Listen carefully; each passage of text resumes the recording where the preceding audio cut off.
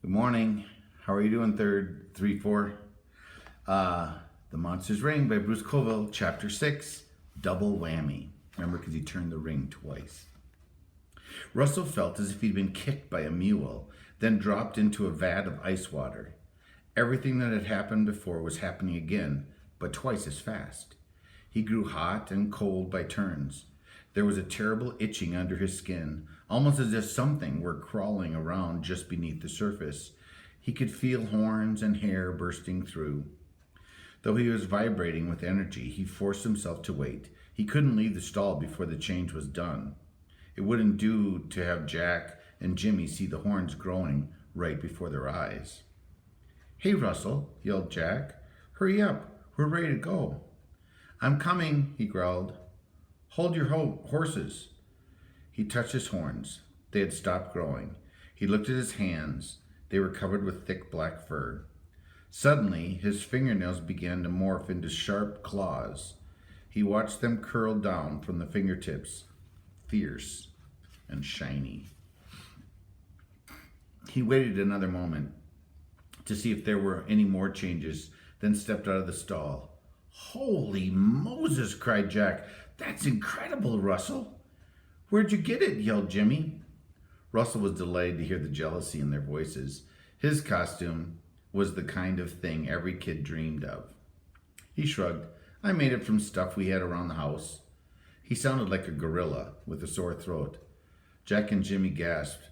How did you do that with your voice?" Jack cried. Russell smiled. "It's a secret." He stepped to the mirror to examine himself and almost screamed. He was 10 times as ghastly now as he had been after the first change. His horns were longer and a brilliant fire red. Hair sprang out all around his head, almost like a lion's mane. His nose was flat and shiny. The large fangs gleamed in his mouth, sharp things deadly looking, made for ripping and tearing. He remembered the lines in the instruction sheet. "Twist it once, you're horned and haired. Twist it twice, and fangs are bared." But it was his eyes that really did the trick. They seemed to be twice their normal size and set more deeply into his head. Dark, evil-looking rings surrounded them, and thick, bloodshot lines ran from the corners. Most incredible of all, the irises had turned red. The iris is that middle part. He threw his arm around Russell's shoulder. Jimmy did the same thing. This monster was theirs. Russell was delighted. But as they were walking toward the classroom, something happened that should have made him worry. Without warning, without knowing why, he lifted his head and let out a long, mournful howl that echoed down the corridor. Doors flew open and heads popped out as teachers looked for the source of that sound. Their faces were priceless. Jack almost fell over laughing, and Jimmy had to hold on to Russell's arm to support himself. Outside their own room, they paused to prepare a grand entry. Jack swung the door open. Jimmy stepped in and bowed. "Ladies and gentlemen," he cried, "allow me to present to you the real beast of Boardman Road." Russell was supposed to step into the room and stand there so everyone could ooh and ah over his fantastic costume. Well, at least that was the plan. Instead, without even intending to, he leaped through the door, growling ferociously. A second leap, and he was crouching atop Miss Freebaker's desk, snarling fiercely. He turned warily about, baring his fangs, ready to attack the first thing that moved. His effect on the class was electric. Some kids screamed. Half a dozen of them because they loved screaming, and the other because they were genuinely frightened. Some even squeaked. Missy bolted from her desk and ran to Miss Snurgle. The teacher clapped her hands, and suddenly the spell of terror was broken. "All right," she said, "that's enough. Settle down, everyone. Russell, that is certainly the most magnificent costume I've ever seen, but it does not justify this outrageous behavior. Get to your seat, now." Russell shook his head. He looked around and saw the horrified faces of his classmates. "Sorry, Miss Snurgle. I got carried away." She jumped at the sound of his voice. I should say so, she said, looking at him curiously. Suddenly, the class came to life. Before Russell could get down from the desk, they surged forward to examine him. Take off the mask, Russ, said George Schmud. I want to see how it fastens on. How'd you do those ears? Cried someone else. Where did you get those teeth? Tell me how you put the fur on. Now, class, said Miss Snurgle, perhaps Russell has some professional secrets that he would rather not divulge. She gave Russell a wink. He smiled back, showing her a mouthful of fangs. She looked startled, but went on addressing the class. Clear your desks, everyone. As soon as the parade's over, we'll have our party. A cheer went up. Before long, they were heading outside for the school-wide costume party. The kids not in costume were to sit on the curb of the traffic circle in front of the school, while the rest of the kids, namely all of the first and second graders, most of the third graders, half the fourths, and a handful of fifths, went on parade to display their costumes. Russell, Jack, and Jimmy took their places near the end of the line. The parents cheered and clapped as Russell's costume. But when Mr. Raffschnitz approached to award him first prize, the hair on the back of his neck stood up and his lip began to curl. A snarl was welling up in his throat, and there was nothing he could do to stop it. Stretching out his claws, he began to snap at Mr. Raffschnitz. The principal looked horrified, and it was not an act. It was Jack who saved the day. Thinking that Russell was playing, he decided to get in on the fun. Down, boy, he shouted. Down! Supper's waiting in the dungeon. Down, down, beast! Russell gave Mr. Raffschnitz a snarl for good measure. He accepted the blue ribbon, then let Jack lead him away. I've got to hand it to you, Russell, said Jack, once they were back inside. You've got more guts than I have. No one else would have dared to growl at the beast like that, not even Eddie.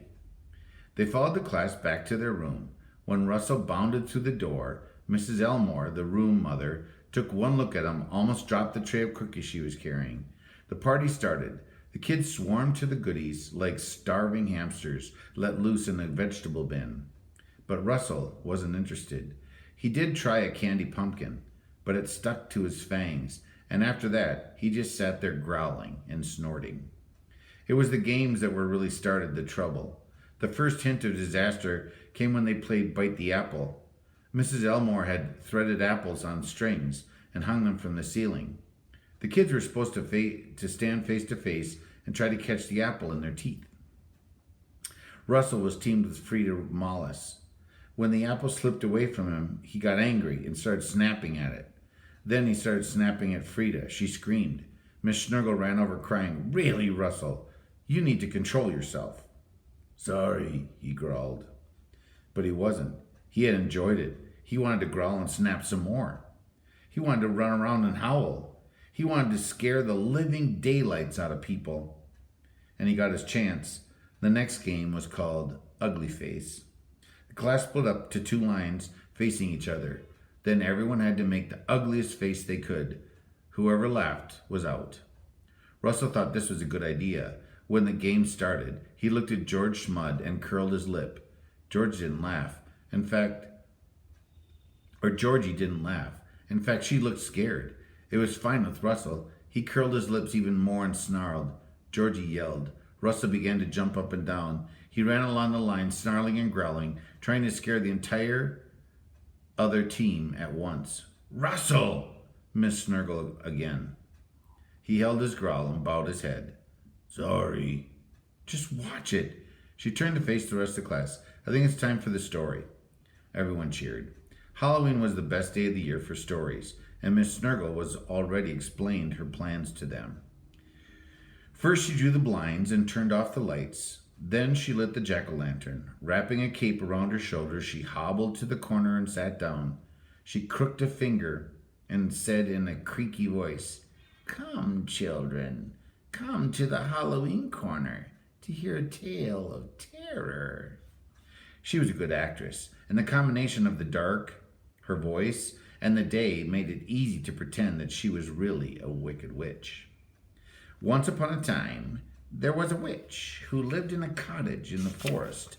Late at night, When the moon was high and shining on her hut, she would dance around her crackling fire and stir her bubbling cauldron. Russell, who was sitting on the desk toward the back of the group, felt a howl begin to bubble inside him. One day, a handsome prince came riding up to the cottage. He was dressed all in white and carried a sword at his side. Russell's lip began to curl, and he took an instant dislike to the handsome prince. When the witch gave the prince the magic sword in place of his regular one and sent him on a quest for the monster, Russell began to squirm. When Miss Snurgle reached the part where the moon was full and the prince was riding into a great forest to find the monster and kill it, Russell felt as if he were going to jump out of his skin. But it wasn't until the prince raised his sword to run the monster through that Russell finally broke. The howls and snares that had been building up inside him would wait no longer. Tipping back his head, he poured out a long, mournful wail. Kill the monster indeed.